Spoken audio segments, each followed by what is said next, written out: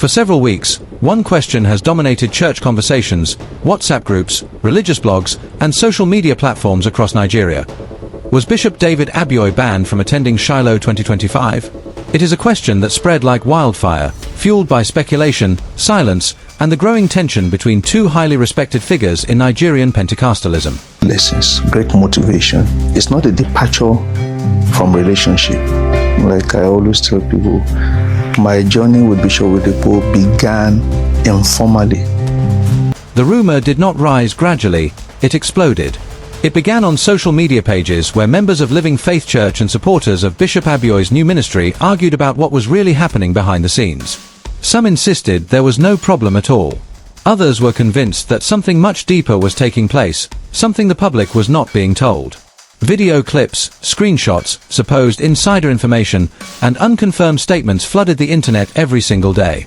Everyone seemed to have an opinion, yet no one had actual facts. Many waited for an official voice from either side, but the silence continued. That silence was the perfect breeding ground for fear, exaggeration, and conspiracy theories. Then, unexpectedly, there was an indirect but significant shift. While announcing the dates for Shiloh 2025, Bishop David Oyedepo made a statement that immediately caught the attention of the entire nation. Now, Shiloh is not a church program. God told me. He said, Shiloh is not a church program, anyone can attend. That single sentence has been interpreted by many as a subtle response to the ongoing controversy. Not a direct mention of Bishop Abioye, not an outright denial of the rumored ban, but an indirect rebuttal strong enough to make Nigerians pause and reconsider what the truth might be. This moment has now raised a new line of inquiry. Was Bishop Oyedepo finally addressing the rumor? Or was he simply restating the global nature of Shiloh as he has always done? To understand why this statement matters and why the rumor even existed in the first place, we must go back to where it all started. Background: how the rumor began. The tension did not begin with Shiloh. It began much earlier, immediately after Bishop David Abioye launched his new ministry, Living Word Conquerors Global Assembly, in May 2025. On this final note, and to the glory of God, this assembly, with the name Living Word Conquerors Global Assembly, is hereby inaugurated this day. His departure from Living Faith Church after decades of loyal service was already a major shift in the Nigerian church landscape, but it was the reaction to that departure that triggered deeper questions. The launch of his ministry drew an overwhelming crowd. Thousands showed up physically, and tens of thousands joined online. The support was so massive that many observers wondered whether Abioye had been quietly preparing for this moment, or whether the people had simply been waiting for him to step into his own calling. But the real catalyst was the viral memo that circulated shortly after the launch. It was a document believed to be from Living Faith Church leadership, warning members against attending programs hosted by XLFC pastors. Even though the memo did not mention any name directly, most people interpreted it as a reaction to the sudden success of Bishop Abioye's new ministry. This memo, combined with total silence from both sides, created an atmosphere of suspicion. Members began to talk quietly, workers whispered among themselves, and bloggers made bold predictions. One major concern was the overwhelming support Abioye received. The crowd that flooded his new church shocked many. Some reported that several familiar faces from Living Faith Goshen and other branches were seen at the inauguration. Others argued that the event revealed how much influence Abioye truly had in the church and how many people still saw him as a father figure. With all of these developments, it did not take long for people to assume that things behind the scenes had shifted. The close bond that once existed between Bishop Oyedepo and Bishop Abioye suddenly appeared strained, even though neither man said a word publicly. This silent tension was the seed that grew into the Shiloh ban rumor. As each week passed without clarification, the uncertainty strengthened the belief that something was wrong. Why people thought Abioye was banned.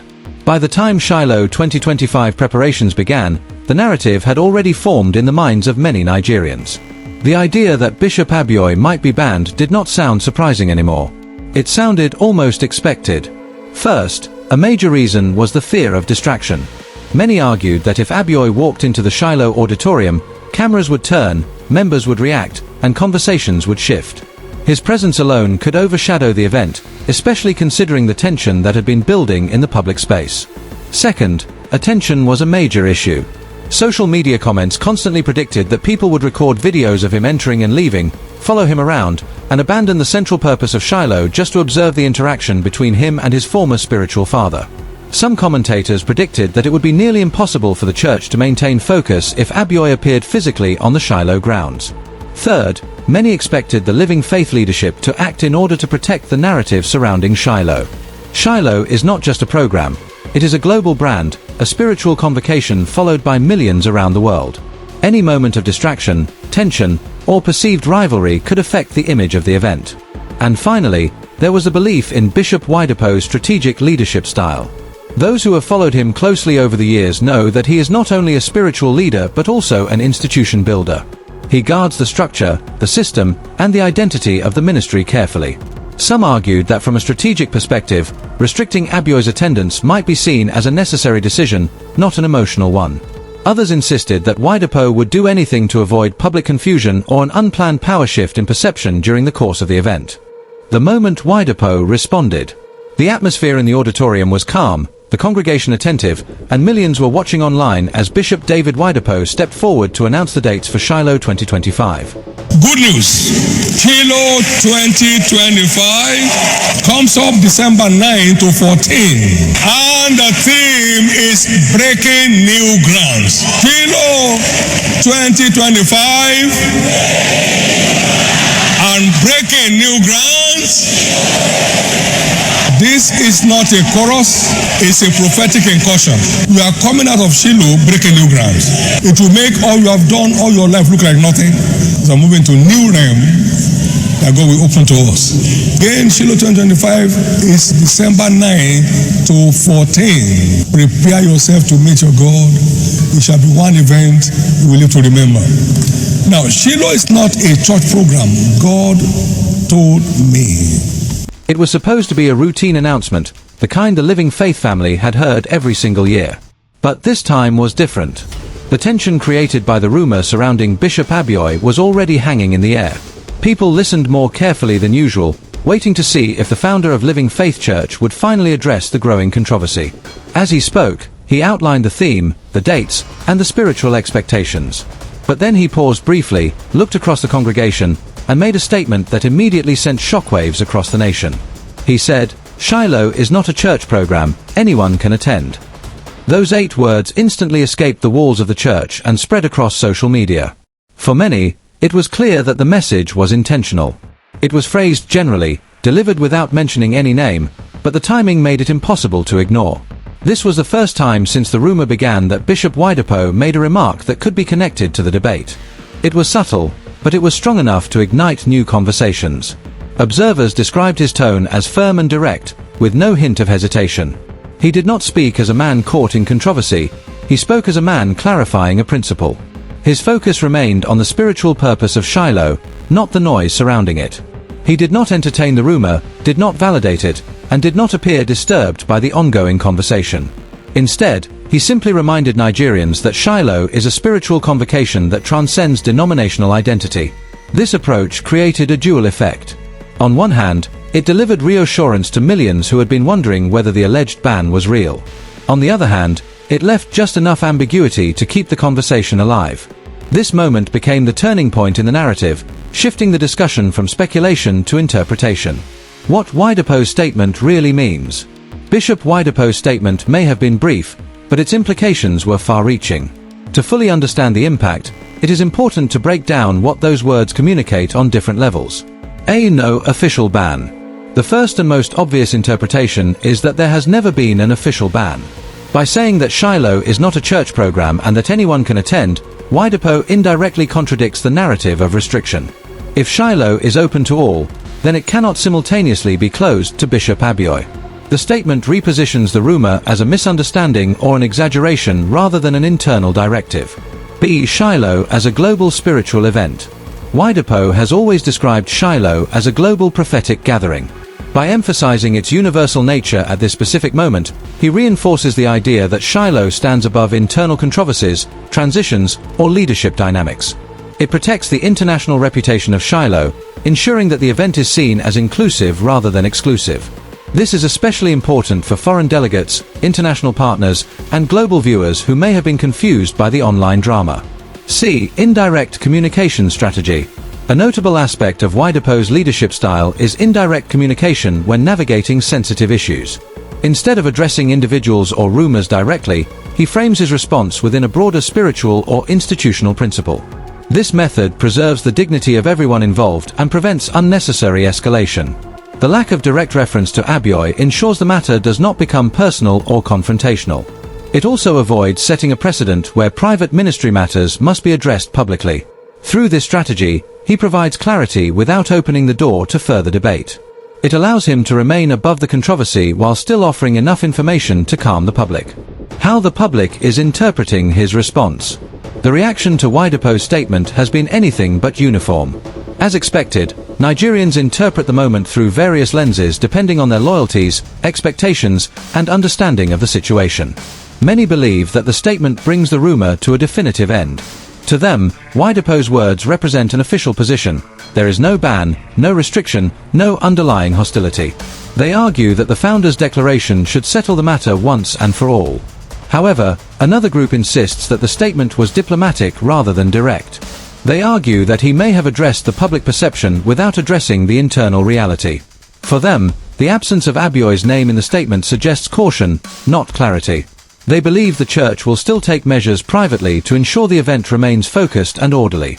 Another section of the public views the remark as strategic public relations. In their interpretation, Oyedepo's comment was meant to protect the global reputation of Shiloh without engaging the deeper friction between the two leaders. These observers say that his words were crafted to calm the storm but not necessarily to reveal internal truths. Meanwhile, bloggers, YouTubers, and religious commentators continue to analyze the statement. Some see it as a direct response. Others insist it was a general reminder unrelated to the rumor. Because the comment was indirect, discussions remain active, and the controversy has not completely disappeared. In all of this, one thing is clear: the statement did not silence the conversation. It only reshaped it. What this means for Abioye. For Bishop David Abioye, the implications of this moment are significant. Yet, in his typical fashion, he remains completely silent about the controversy. His focus continues to be on building Living Word Conqueror's global assembly, expanding its reach, and nurturing the people who now look to him for spiritual leadership. From a technical standpoint, Oyedepo's statement means Abioye is free to attend Shiloh if he chooses. There is no public barrier standing in his way. The narrative has now shifted from whether he is allowed to attend to whether he will choose to attend. This shift is crucial because it moves the responsibility from institutional restriction to personal decision. It opens a new question. Will Abioye present himself at Shiloh and publicly signal reconciliation, or will he maintain distance to avoid drama, speculation, or misinterpretation? For some, his attendance would be a powerful statement of unity. For others, it could reignite the controversy and shift the focus of Shiloh entirely. His absence, on the other hand, would fuel new conversations about intentional separation or unspoken differences. Whatever he decides, the public will interpret his choice in different ways. His silence gives him dignity, but it also allows speculation to continue. And until he makes a move, either by attending or by staying away, the discussion will remain unresolved. Impact on Shiloh 2025. The ripple effect of Bishop Oyedepo's statement goes far beyond a simple clarification. For many members of the Living Faith Church and the larger Christian community, the last few months have been filled with speculation, confusion, and mixed emotions. The rumor of a supposed ban created tension among followers, especially long-standing members who witnessed the spiritual partnership between Oyedepo and Abioye for decades. By declaring that Shiloh is not a church program and emphasizing that anyone can attend, Oyedepo's message has served as a stabilizing force. Many members who were uncertain about the organizational atmosphere are now reassured. Workers, pastors, and choristers across various branches who feared internal division feel a level of relief knowing that the founder has not officially endorsed any form of exclusion. This renewed confidence helps re-establish the focus of Shiloh. Instead of conversations about leadership conflicts, the narrative shifts back to what the event represents: a global mountain of encounter, prayer, revelation, and prophetic direction for the coming year. However, with reassurance comes a new layer of curiosity. Many are now wondering how this statement will play out practically. Will Bishop Abioye attend? Will he walk into Canaan land during Shiloh and cause a wave of reactions across the auditorium? Or will he choose to stay away to maintain the same quiet, dignified distance he has observed since leaving Living Faith Church? This question has become a point of interest beyond church walls. Online communities, Christian commentators, and even neutral observers are now paying close attention. The statement may have calmed worries, but it has also amplified public anticipation. In terms of branding, the declaration strengthens Shiloh's global image.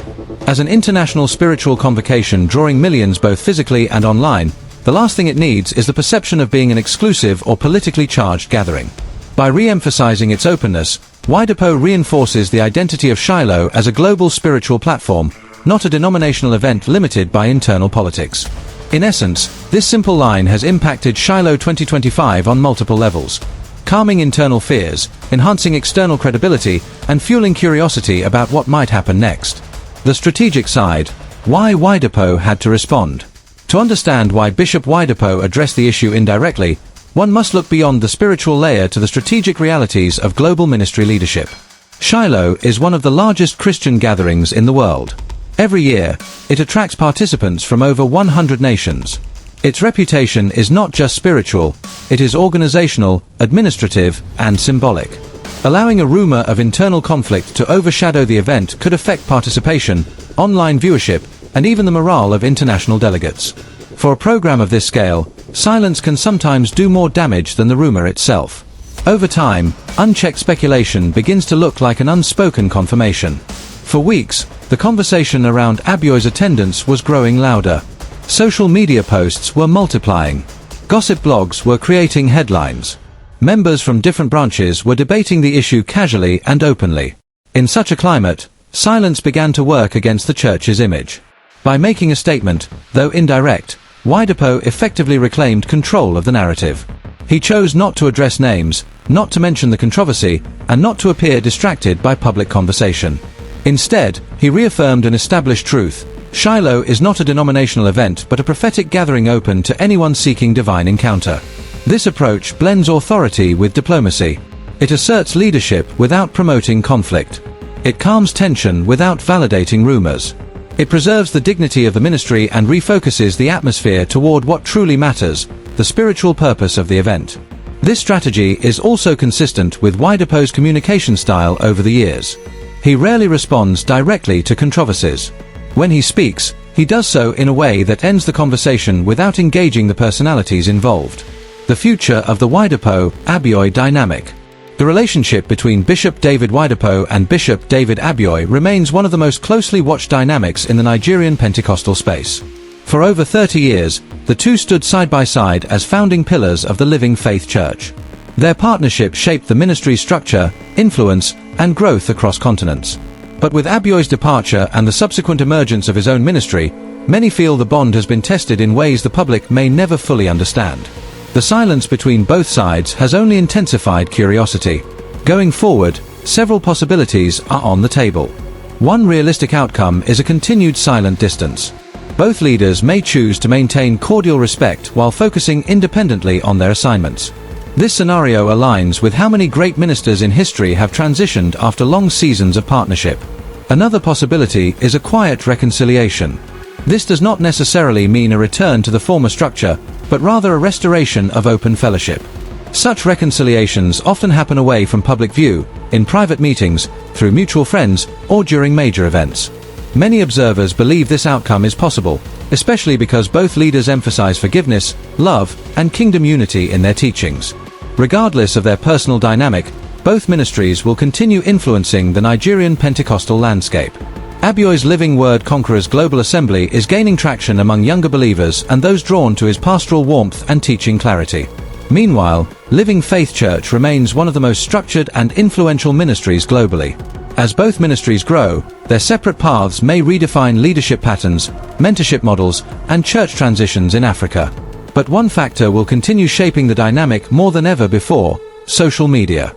In this digital age, public reactions, online interpretations, and viral narratives play a huge role in how religious events and relationships are perceived. Even innocent actions can become trending news. Statements can be misinterpreted. Silence can be magnified. The future of their dynamic will unfold in a world where public opinion now influences church conversations like never before.